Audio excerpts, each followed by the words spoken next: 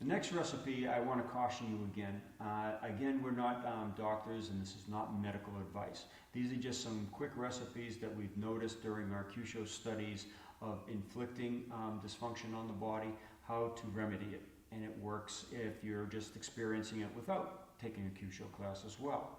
All right, this next one is for high blood pressure. If you feel your blood pressure rising, it's a very simple fix. Right on the front of the neck, there's a pressure point called stomach point number 9.